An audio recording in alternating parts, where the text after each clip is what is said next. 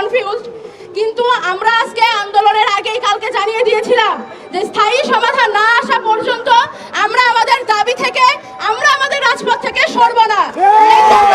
কোথায় কি হলো না হলো আদালতের প্রতি সম্পূর্ণ সম্মান রেখেই আমরা জানাতে চাই যে আমাদের দাবি নির্বাহী বিভাগের কাছে।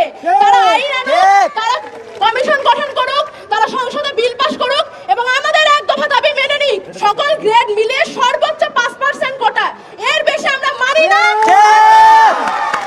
আদালত শুধুমাত্র 1 মাসের স্থগিতাদেশ দিয়েছে। আমরা এটা আইনি প্রক্রিয়া, আদালত নিশ্চয়ই ভালো বুঝেছে তাই করেছে। আমরা আদালতের রায়ের প্রতি সম্মান জানাই, কিন্তু আমরা অটল থাকবো আমাদের দাবিতে। আমরা আন্দোলন চালিয়ে যেতে পারবো তো? রকেট চলবে তো? রকেট রকেট সারা বাংলা রকেট। আমাদের প্রশাসনে যারা রয়েছেন, নির্বাহী বিভাগে যারা রয়েছেন, তারা এই কোমলমতি শিক্ষার্থীদের কোনো রাজনৈতিক চশমা দিয়ে আমাদেরকে দেখবেন না। আপনারা যদি কোনো ধরনের রুটিন রাজনৈতিক চশমা দিয়ে আমাদেরকে দেখেন, সেইগুলো আমাদেরকে আশাহত করে। আমরা যখন টিভিতে টক শুনতে যাই, যখন আপনারা আমাদের রাজনৈতিক স্পেকট্রাম দিয়ে আমাদেরকে অ্যাসেস করেন, সেগুলো আমাদেরকে আশাহত করে। আমাদের আন্দোলন দিবালোকের মতো সত্য।